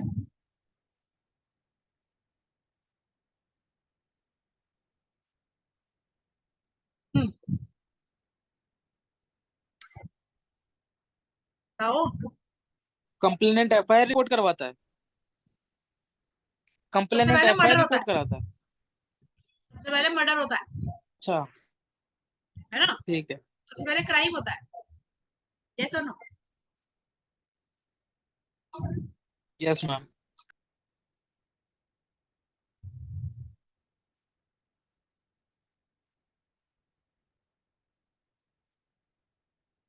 सबसे पहले क्या होता है? क्राइम होता है। तो अभी हम क्राइम ले रहे हैं। देखो यार, एक बंदा है श्याम और दूसरा बंदा है रमन, ठीक है ना? एक बंदा है श्याम और दूसरा बंदा कौन है? रमन है दूसरा बंदा, ठीक है? श्याम ने क्या करा, ये रमन का ना हाथ काट दिया, हाथ हाथ आधा कर दिया बीच में से, ठीक है? अच्छा, क्रिमिनल ऑफेंस है सिविल ऑफेंस है हाथ काटना? Civil of criminal. Civil offence है। कुछ भी नहीं है। कुछ क्रिमिनल भी है। नहीं है। अरे कुछ भी अबे क्रिमिनल नहीं है। ऑफेंस कुछ है भी नहीं यार, क्रिमिनल है। है। उसका हाथ अबे काट क्रिमिनल दिया, ऑफेंस है। क्रिमिनल है मैम। मैम क्यों मैम जिंदगी भर अपना के लिए उसके अपना मोहताज अपना कर हाथ दिया काटना उसको। कौन। पता नहीं कैसे कैसे समझ, सिविल केस हो गया ये, मैम वाह। मैम अपना हाथ काटना कुछ होता ही नहीं है। मैंने कुछ दूसरे अबे का सोचा नहीं अपना काटा है जा रहा है। उसने। अपना शाम थोड़ी दूसरे सुनना, का काटा है, काटा है। दूसरे का। शाम ने रमन का हाथ काट दिया। हिंदी में तो बोल रही हूँ क्या शायद मैं, कुदरत। नहीं बोलो हिंदी में ही बोल मैडम रही हूँ, आवाज फ्रेंच में कट बोल रही रही थी। हूँ, पता नहीं। सिविल केस है ये, नहीं नहीं ठीक है यार। सिविल तो बोला ही नहीं। मैंने बोला कुछ नहीं होता। मेरे को लगा ये सुनाई दी क्रिमिनल केस है, ठीक है बेटा, क्रिमिनल हाथ है, काट रहा है। क्रिमिनल। ठीक है, अब रमन क्या करेगा? अपने टूटे हुए हाथ के साथ पुलिस के पास जाएगा। पुलिस को क्या बोलेगा कि शाम ने मेरा हाथ काट दिया? क्या लिखो? एफआईआर लिखो। क्या लिखो? एफआईआर। एफआईआर का मतलब होता है फर्स्ट इंफॉर्मेशन रिपोर्ट, ठीक है ना? तो पुलिस क्या करेगी? एफआईआर लिख लेगी। उसके बाद एफआईआर लिखने के बाद क्या करना होता है? एफआईआर लिखने के बाद क्या करना होता है? इन्वेस्टिगेशन स्टार्ट होती है। पुलिस इन्वेस्टिगेशन करेगी। थर्ड पॉइंट क्या है? पुलिस करेगी इन्वेस्टिगेशन। अच्छा, पुलिस इन्वेस्टिगेशन करने के बाद रिपोर्ट बना के देती है। जो भी यार उसने इन्वेस्टिगेशन करेगी ना, उसकी रिपोर्ट बनाई जाएगी। और रिपोर्ट बना के किसको देगी? मैजिस्ट्रेट को देगी। और मैजिस्ट्रेट क्या करेगा? आपके ऊपर ट्रायल स्टार्ट होगा। ट्रायल का मतलब क्या होता है बेटा? आपके ऊपर केस स्टार्ट होगा। अब केस स्टार्ट होगा, उसके बाद आपको कोर्ट में पेश करा जाएगा, उसमें पता लगाया जाएगा कि आपने ऑफेंस करा है नहीं करा। तो जो भी होगा लास्ट में आपको छोड़ दिया जाएगा या फिर आपको जेल में डाल दिया जाएगा। ठीक है। तो बेटा दो तरीके होते हैं। पहला काम तो ये हुआ, कोई भी क्रिमिनल ऑफेंस हुआ, आप पुलिस के पास चले गए, पुलिस ने एफआईआर लिख ली, तुम्हारे खिलाफ इन्वेस्टिगेशन कर ली, रिपोर्ट बना के मजिस्ट्रेट को दे दिया और मजिस्ट्रेट ने ट्रायल स्टार्ट कर दिया। पहला तरीका ये है। ठीक है। अच्छा एक चीज और, ये तो हो गया केस नंबर 1। केस 2 में ऐसे ही बता देती हूँ। अच्छा एक बात बताओ, कोई भी क्रिमिनल ऑफेंस हुआ तो एफआईआर लिखवाते हैं पुलिस के पास। हम थोड़ी जानते हैं मजिस्ट्रेट कौन है, कोर्ट के पास डायरेक्ट थोड़ी जा सकते हैं, पहले पुलिस के पास जाते हैं। ठीक है ना, क्रिमिनल ऑफेंस की बात कर रही हूँ। अच्छा तो जब क्रिमिनल ऑफेंस हुआ तो मैं पुलिस वाले के पास गई, उसने मुझे मना कर दिया कि हम एफआईआर नहीं लिख रहे। क्या वो मना कर देते हैं कई बार? पुलिस वाले हमेशा कर नहीं सकते वैसे। एफआईआर लिखते हैं या मना कर देते हैं कई बार? कभी कभार मना कर देते हैं। मना कर देते हैं। क्यों मना कर देते हैं वो? क्यों मना कर क्योंकि देते फिर हैं? क्योंकि उनको सॉल्व करना पड़ेगा ना क्योंकि फिर। उनको इन्वेस्टिगेशन करनी पड़ेगी फिर। अगर उन्होंने एक बार एफआईआर लिख ली तो पुलिस वालों को इन्वेस्टिगेशन करनी कंपलसरी है। तो इसलिए वो डरते हैं कि यार हमें काम करना पड़ेगा, है ना। तो फिर इसलिए अगर कोई भी क्रिमिनल ऑफेंस में पुलिस ने एफआईआर लिखने से मना कर दिया, वैसे तो पुलिस वाला मना कर नहीं सकता, लेकिन फिर भी कर दिया, तो आप डायरेक्टली मजिस्ट्रेट के पास जा सकते हो। जो आपके एरिया का मजिस्ट्रेट होगा, ढूंढो कौन है, पता लगाओ कौन है, तो फिर उसके बाद डायरेक्ट जाके कंप्लेंट फाइल कर सकते हो। ठीक है। फिर मजिस्ट्रेट क्या करेगा? ट्रायल प्रोसीजर स्टार्ट करेगा। वो क्या बोलता है? वो फिर पुलिस के पास जाता है मजिस्ट्रेट, फिर पुलिस को बोलता है एफआईआर लिख इसकी। ठीक है। फिर पुलिस वाला एफआईआर लिखता है, इन्वेस्टिगेशन करता है, फिर रिपोर्ट बना के मजिस्ट्रेट को देता है। ऐसे कुछ होता है, अभी पढ़ेंगे पूरा प्रोसीजर।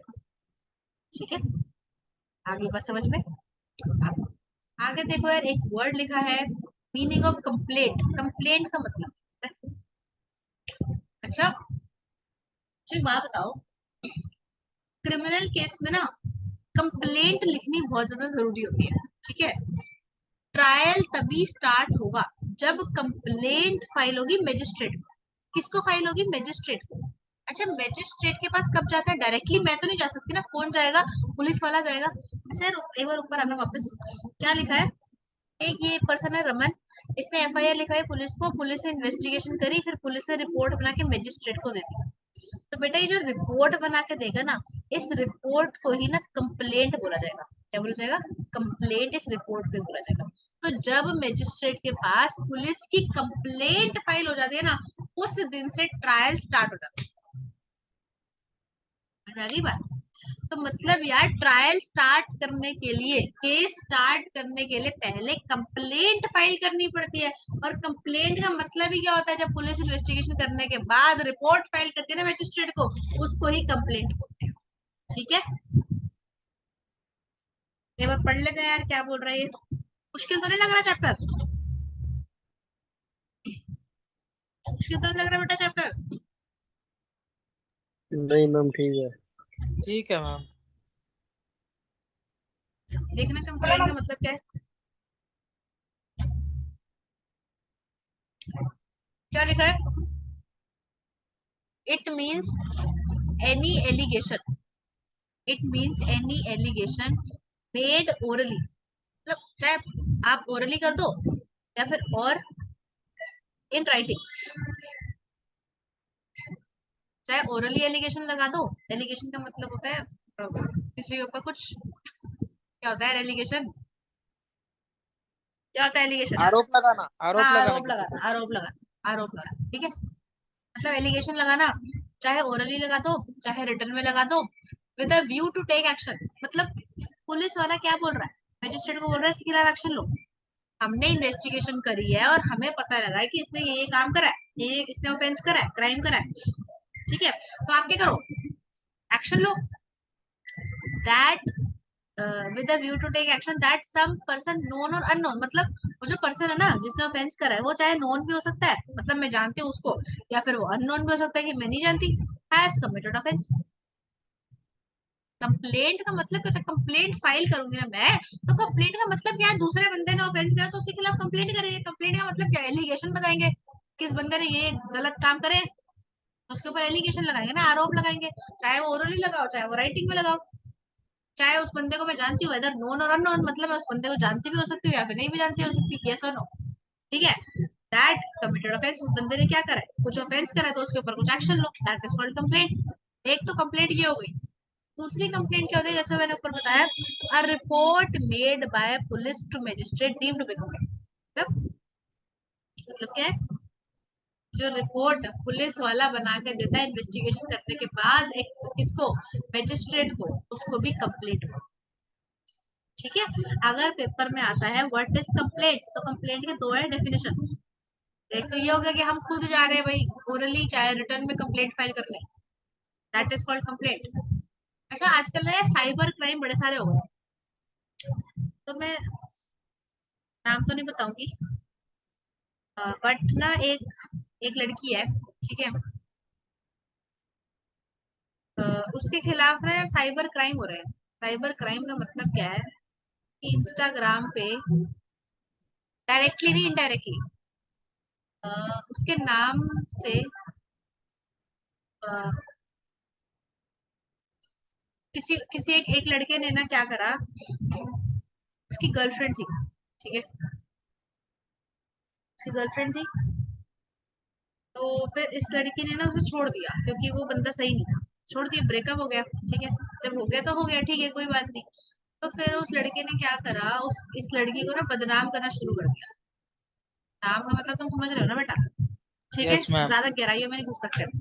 ठीक है, तो फिर इसने, उसका जो ये बॉयफ्रेंड था, जो लड़का था, उसने क्या करा, इंस्टाग्राम पे अपनी आईडी से मतलब ऐसे अजीब अजीब पोस्ट डालनी शुरू कर दी किसी और लड़कियों की। ठीक है, किसी और लड़की की, और उसमें नीचे लिखना शुरू कर दिया कि ये जो इसकी इसकी गर्लफ्रेंड का नाम आगे ये, मतलब ऐसे उल्टे सीधे हरकतें करनी शुरू कर दी, उसका नाम गलत यूज करना शुरू कर दिया। ठीक है, कि वो लड़कों के साथ घूमने जाती थी, वहां जाती थी, वहां जाती थी, समझ में आ गई ना बात मेरी? ठीक है, तो यस ऐसे मैम। ऐसे करना शुरू कर दिया, तो दैट इज साइबर क्राइम, ये साइबर क्राइम। लेकिन यार ये क्रिमिनल ऑफेंस भी है कि नहीं है? यस उसको मैम तुम है। क्या कर रहे हो, बदनाम कर रहे हो, that is criminal offence, right? बिना बात के कर रहे हो, ये तो गलत बात है। सही बात है ना, उसकी मर्जी है, उसको तुम्हारे साथ रहना है नहीं रहना, उसकी मर्जी, इंडिविजुअल की चॉइस होती है। सही बात है कि नहीं है?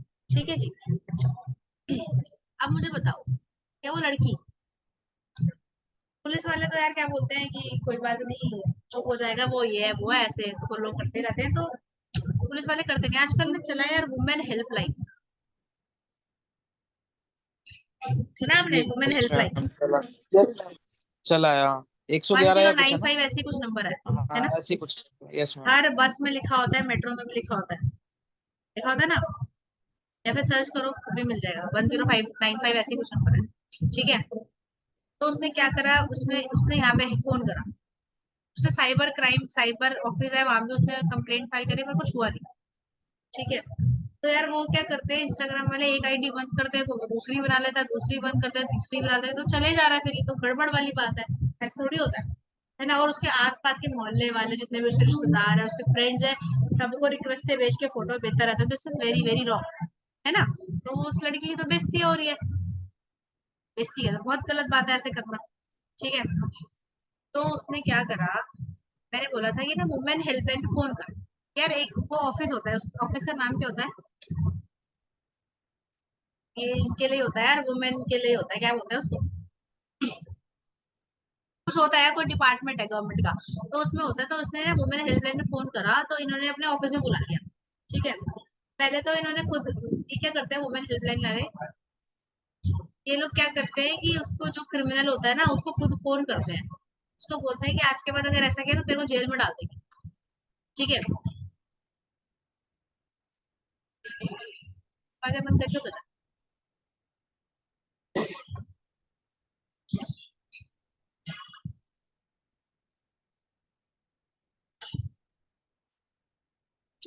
दरवाजा बंद करके उधर जा यार, क्लास ले रही हूँ मैं। हाँ हाँ, तो मैं ये कह रही थी, तो इन्होंने क्या करा था, इन्होंने वुमेन हेल्पलाइन नंबर वाले क्या करते हैं, उसको डायरेक्ट कॉल करते हैं, और पुलिस वाले को भी कॉन्फ्रेंस में लेते हैं, ठीक है। क्या बोलते हैं कि अगर आपने दोबारा ऐसा क्राइम करा तो आपको ना हम जेल में डलवा देंगे, आपको अरेस्ट करवा देंगे। तो कई बार तो मैम लोग मान पार्टी की जाते हैं, आवाज लेकिन कई आने बार तो ढीठ लगी। होते हैं।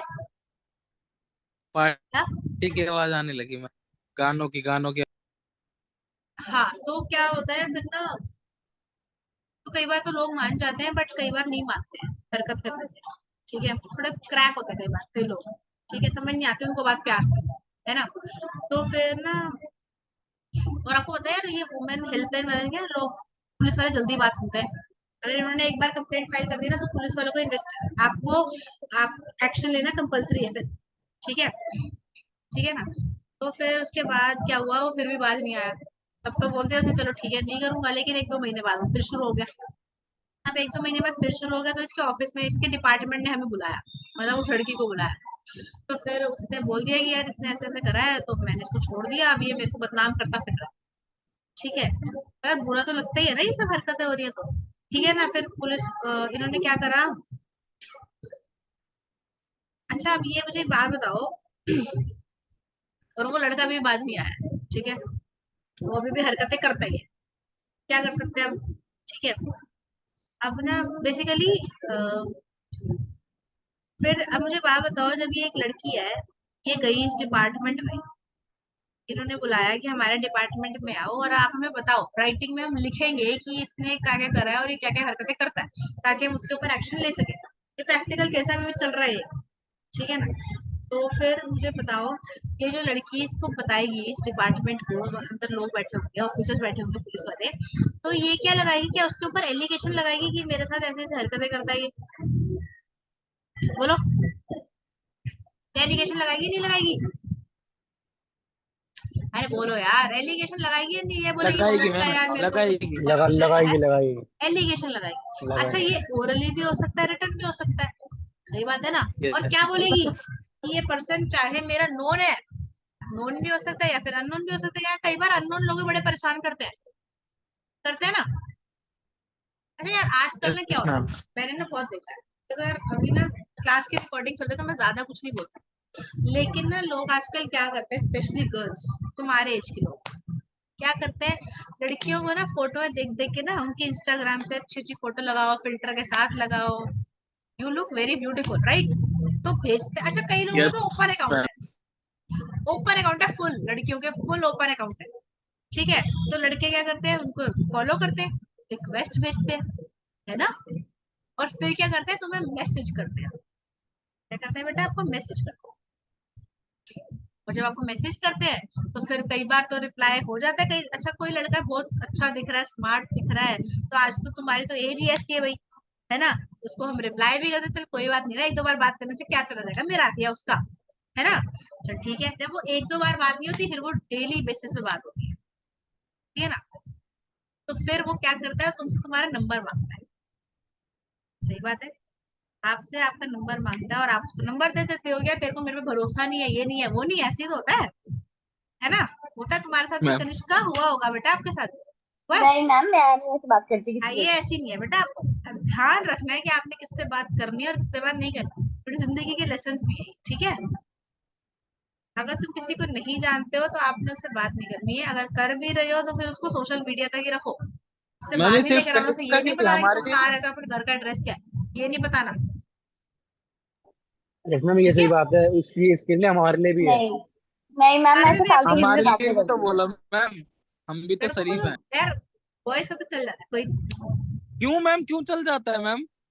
क्या होता है तुम्हारे आंधी साथ, क्या जांधी को, होता आंधी है जांधी आपके को साथ, थोड़ी मैसेज करते हैं हम। आपके साथ क्या होता है? मैडम, होता कुछ नहीं है, हाँ, कर भी नहीं सकता कोई कुछ। क्या?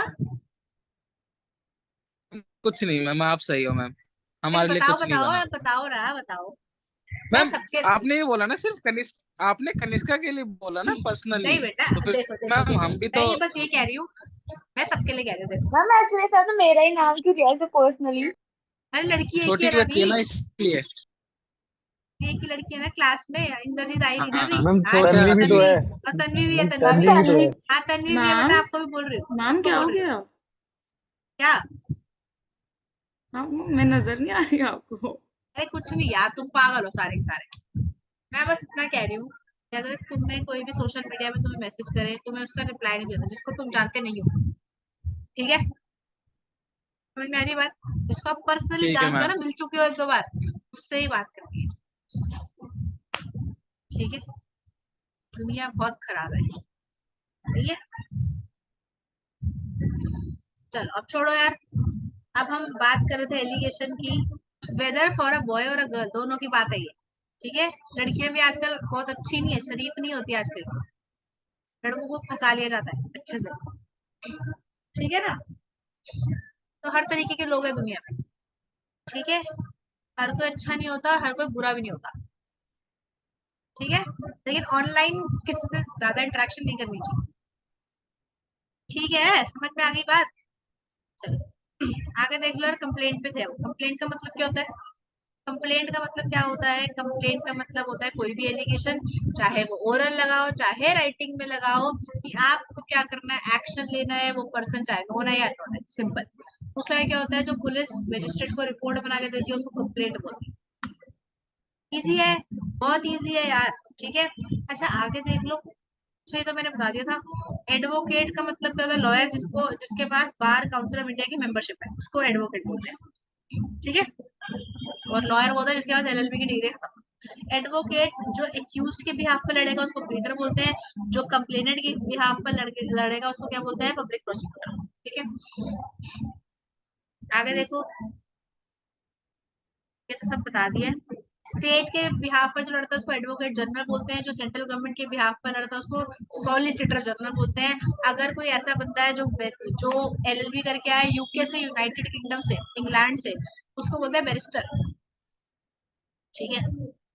चलो आगे देख लेते हैं, छोटा सा कंसेप्ट है, क्या लिखा है? Concept of benches in court. अच्छा आपको पता है कोर्ट में बेंचेस होते हैं, single bench, division bench, full bench, ये तीन तरह के बेंच होते हैं। हाई कोर्ट में बेटा तीन बेंच होते हैं, single bench, division bench, full bench. Single bench का मतलब होता है इसमें सिर्फ एक ही जज होगा, ठीक है? उसके बाद होता है डिवीजन बेंच। डिवीजन बेंच में दो जज होते हैं, और फुल बेंच में थ्री, थ्री और थ्री प्लस जज होते हैं, ऑड नंबर में, ठीक है जी? अच्छा अभी क्या आपको पता है ना, जो अपील होती है, चलो छोड़ा है, तुम्हारे लिए ज्यादा हो जाएगा, इतने बोलते हैं। और सुप्रीम कोर्ट में ना डिवीजन बेंच से स्टार्ट होता है। सुप्रीम कोर्ट में कभी भी अकेला जज नहीं होता, मतलब वहां पे सिंगल बेंच नहीं होता। स्टार्टिंग से होता है डिवीजन बेंच से, उसके बाद होता है फुल बेंच, उसके बाद होता है कॉन्स्टिट्यूशनल बेंचेस, ठीक है जी? अच्छा डिवीजन बेंच में दो जज होते हैं, फुल बेंच में तीन जज होते हैं, कॉन्स्टिट्यूशन में 5 और 5 प्लस होते हैं, ठीक है? एक ना केस हुआ था Keshavananda Bharati versus Union of India, ये केस था अमेंडमेंट इन द कॉन्स्टिट्यूशन। अच्छा आपको मैंने बताया होगा सीपीसी में कि जब अमेंडमेंट करते हैं ना कॉन्स्टिट्यूशन, तो अपील कर सकते हैं सुप्रीम कोर्ट को डायरेक्ट, है ना? तो इसके अंदर अपील हुई थी सुप्रीम कोर्ट को under the amendment in the constitution, मतलब हमें भारत के संविधान के अंदर कुछ अमेंडमेंट करने थे, चेंजेस करने थे, तो सुप्रीम कोर्ट को अपील करी गई थी, ठीक है? तो उसके अंदर सुप्रीम कोर्ट के अंदर कॉन्स्टिट्यूशनल बेंच तक चली गई थी अपील, उसके अंदर 13 जजेस थे, 13, बहुत बड़ा मैटर था ये, ठीक है जी? चलो आगे बढ़ते हैं। अच्छा देखना ये एक चीज लिखिए, ज्यूरिसडिक्शनल पावर्स। तीन तरह की पावर होती है कोर्ट के पास, एक होती है ओरिजिनल, एक होती है एपरेट, और तीसरी होती है रिविजनल। ओरिजिनल मतलब जब पहली बार ओरिजिनल केस फाइल होगा किसी भी कोर्ट में, that is called original power. दूसरा होता है एपेलेट पावर। एपेलेट मतलब अपील करने की पावर। मेरे को डिस्ट्रिक्ट कोर्ट का डिसीजन पसंद नहीं आया, मैंने अपील कर दी हाई कोर्ट के पास, तो हाई कोर्ट के पास क्या बेटा? एपेलेट पावर है, ठीक है? तीसरा क्या है? Revisionary power. Revisionary power, revision का मतलब क्या होता है कि हाई कोर्ट ना ऑर्डर दे सकता है कि दोबारा केस चलाओ। लोअर कोर्ट का डिसीजन मेरे को पसंद नहीं आया, मैं चली गई हाई कोर्ट, ठीक है? हाई कोर्ट को मैंने बोला कि ना लोअर कोर्ट ने ना मेरी बात सुनी नहीं, मेरी बिना बात सुने से डिसीजन दे दिया। तो या तो हम डायरेक्ट अपील कर सकते हैं हाई कोर्ट में, या फिर हाई कोर्ट क्या बोलेगा, अपने लोअर कोर्ट को ऑर्डर देगा कि आपने सही से केस नहीं करा, दोबारा इस केस को चलाओ और दोबारा order, that is called revision, ठीक है? ये हमने पढ़ लिया है। अच्छा अब ये इन्वेस्टिगेशन होती कैसे है, इसका पूरा प्रोसेस क्या है, ये कल पढ़े बेटा, थोड़ा सा बचा चैप्टर। अच्छा ये दो ही चैप्टर पढ़े बड़े हैं, सीपीसी और सीआरपीसी, बाकी तो एक एक घंटे का खेल है,